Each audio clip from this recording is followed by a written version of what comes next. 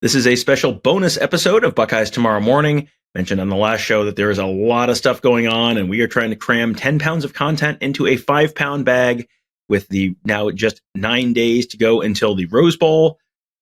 We're doing that today with Ohio State defensive coordinator Jim Knowles and offensive coordinator Chip Kelly. Some stuff that we thought was interesting from after the game that we heard from those guys. Going to let you hear a little bit from both of them before we move on to another day. We're full of content coming up on Monday. So, all right. So let's start with this. What was the game plan, Jim Knowles, coming in to this game for the Ohio State defense? No explosive plays, right? I mean, make them, if they're going to score, make them, I think the one play, one drive, one score, it was like a 16 play drive. And, you know, we had our shots and a really suspect quarterback roughing penalty. And, you know, make them go the distance on us. And I thought we had a great plan. The early 3 and outs, right? Early 3 and outs, scores, got us out in front. Ohio State's defensive ends were absolutely dominant against the Tennessee Volunteers. 2 sacks for JT Tuimoloau, 1.5 sacks for Jack Sawyer, 3 passes broken up between them, a bunch of tackles for loss. It was a dominant performance. So how disruptive were those 2 defensive ends? You know, we knew they were going to have a good game, and you know, the set of their quarterback was a lot different. It was a lot tighter, and you know, we thought we would be able to change up coverage enough to make them hold the ball. So we expected that they were going to have a good game. The Oregon game was something of a turning point for the Ohio State team, and particularly for the Ohio State defense. They gave up 32 points in a 32-31 loss. And that when they came home to Columbus, they knew that was simply not going to be good enough for them to get to where they wanted to get by the end of this season. And that led to something of an overhaul of the Ohio State defense. So is Jim Knowles looking forward to getting another crack at Oregon? And how different is the defense that he's bringing into the Rose Bowl from the one that played in Eugene in October? Yeah, I don't know how different it is. I think there's been adjustments. There's been some different calls, but I think it's confidence. And, you know, we're looking forward to the opportunity because, you know, it was not a great game for us. And, you know, quite frankly, I think the guys got a little pissed off and, you know, it led to a run for us, you know, in terms of defense and where we're at statistically, which is got to be number 1 or close to number 1 in categories, right? So, I mean, you know, they used that game as a motivation. So I'm sure they're looking forward to another opportunity. The Buckeyes had one of their most dominant performances in recent memory during the first quarter, going up 21-0 on Tennessee before 15 minutes of football had even been played. And then in the second quarter, just a couple little breaks here and there, and all of a sudden, it was only 21-10 Buckeyes going into the halftime, with Tennessee getting the ball to start the third quarter and a chance to maybe really steal back some momentum. So what was the conversation like in the locker room at halftime? I got after him pretty good at halftime. I did, to be honest with you, because I felt like we were rolling in the beginning of the game, and then I just felt like we took our foot off the gas a little bit. So I got after him at halftime and challenged him, you know, because I knew the way the game was going that as long as we did our job, everything was going to turn out all right. So I thought they came out strong in the second half. Great. Coach, thank you very much. Now onto the other side of the ball, and offensive coordinator Chip Kelly. One of the big stories heading into the game was the Ohio State offensive line. They've suffered a couple major injuries this year, obviously, and keep shuffling different lineups and different arrangements of players. They shuffled 3 guards between 2 positions during the game. That's very unorthodox, but it seemed like it worked pretty well. So Chip Kelly, how did the offensive line hold up in your eyes? Yeah, I think our line played outstanding tonight. That defense going in, I think they were 5th in the country in total defense and 5th in scoring defense, and we know how difficult they can be. You watch their games, and they got after everybody they played. But I think really credit to our offensive line keeping Will clean. Will knew if he could be clean and go through his reads and get a chance to get through his progressions, we'd have a shot at beating these guys. And I think our offensive line did an outstanding job in protection tonight for Will. You mentioned rotating those guards and really the offensive line on the whole. This is a little bit of a more broad question, but when you're playing guys, and some guys might have some strengths and some guys might have other strengths, and you're trying to figure out the best way to mix and match things, Can you help them out with how you call plays? We're always trying to play to their strengths. So depending on who's in the game, and Justin did a great job of telling us what the rotation is, who's in at left guard, who's in at right guard.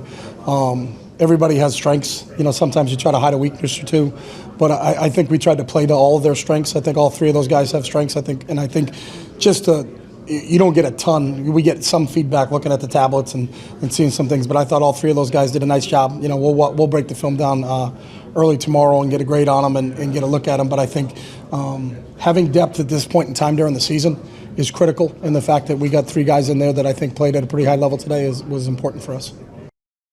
The traditional college football common wisdom is that you have to run to set up the pass. You run the ball, you establish the run, and that sets up the play action pass, and then boom, you're throwing the ball down the field. But Saturday night felt like the Buckeyes really kind of did the opposite. So is it possible to throw to set up the run? Yeah, it just depends on who you're playing. So I think there's always a philosophical approach when you're playing somebody based upon what their strengths are and what their weaknesses are and what you're trying to exploit. I don't think it's necessarily as easy as saying throw to set up the run. I've done that before and gone 3 and out, and we haven't gone anywhere with it. So it's not just, hey, just do this and it works. It comes down to the players executing, and I thought our players executed at a really high level tonight. That's right. Will Howard may have had the best performance of his Ohio State career, at least to date. On Saturday night, 83% completions, 311 yards, 2 touchdowns, plus 37 yards rushing. What did Chip Kelly see out of Will Howard the last 3 weeks that made that kind of performance in that kind of moment possible? Yeah, I think the one thing with Will is he's consistent. He's the same person every day. He's not too high, he's not too low. He's a lifelong learner. He's got a thirst for learning.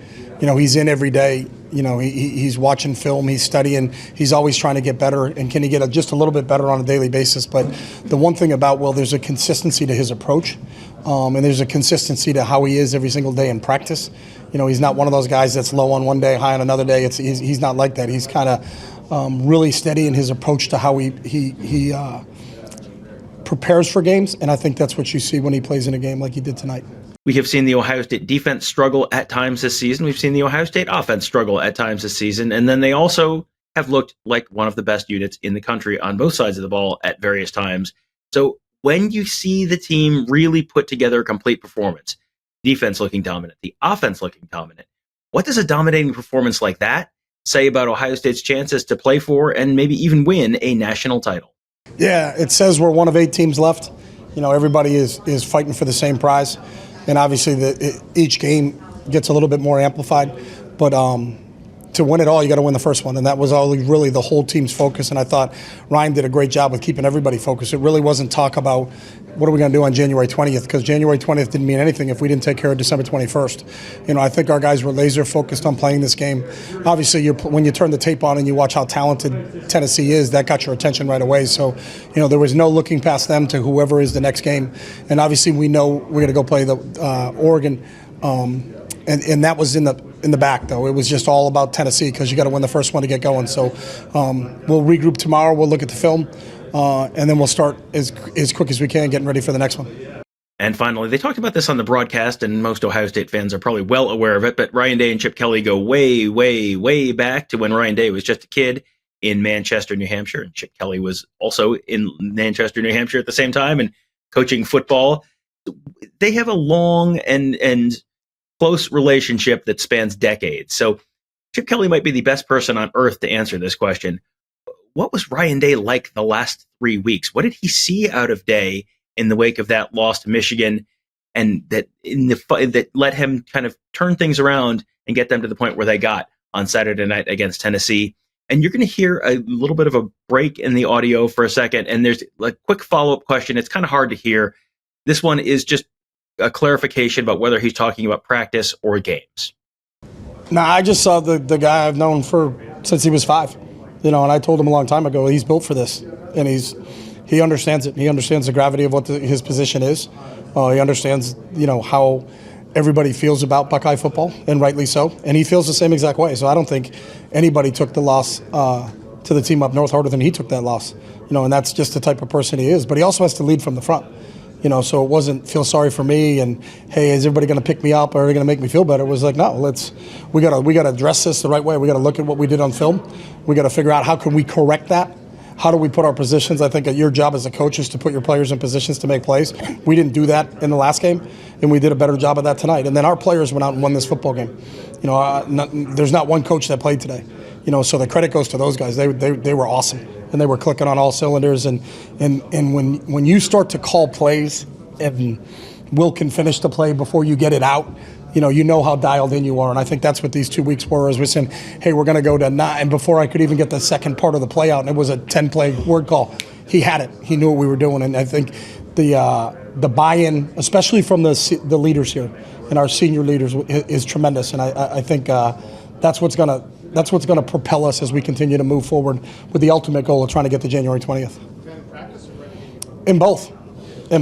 We have a communication system that is kind of unique, but we're always talking through the headset, and he'll hand signal and got it, and I will start to make check it and he knows he got it, and so I think it just tells where he is and how dialed in Will has been throughout the entire season. And I think, I don't know what he finished today, but I think it was above 80 again. We talk about that, but I think there's a reason for that, and it's how hard he works at it. I think he understands the fundamentals of the position, but really the game within the game and taking what the defense gives them and making those decisions of when to take a check down and not to force a play. But if your opportunities come and you do have a shot to put the ball in only a spot where JJ can catch it, or if JJ can't catch it, they're going to have to interfere with them. And great decision making today. But I think the credit goes to the players, man. Those guys have been awesome since what happened in the last game. And I think those guys said, hey, we got a chance here, and because we're in it, and that was the only thing they were hoping for is,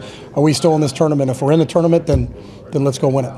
Well, the next step to winning that is the Rose Bowl. That'll happen on New Year's Day. We will be there. Buckeyes and Oregon Ducks, number 8 seeded Buckeyes, number 1 seed Oregon Ducks. Buckeyes actually a tiny favorite right now on the betting lines. So, boy, it is going to be quite a week of narrative around that, quite a week of narrative around the Buckeyes having a chance for revenge, quite a week of narrative around the Ohio State defense having a chance for redemption, and then all the Oregon storylines as well. Boy, is there going to be a lot to talk about. We're going to be talking about all of it at BuckeyeHuddle.com. That's where Tony, Kevin, and I cover the team. Mark covers recruiting, got our whole team of X's and O's gurus there as well to make you a smarter football fan, all at BuckeyeHuddle.com. Also, make sure you are subscribed to our YouTube channel at youtube.com/BuckeyeHuddle. We're going to be talking about a bunch of stuff there as well. Plenty of video content for you before we head out to California later in the week. Plenty of video content while we are out there. We'll have interviews. We'll have access to practice. We'll have all sorts of insight and analysis, all at BuckeyeHuddle.com and youtube.com/BuckeyeHuddle. That will do it for today. Thank you guys all for joining us. Have a great day. We will talk to you tomorrow.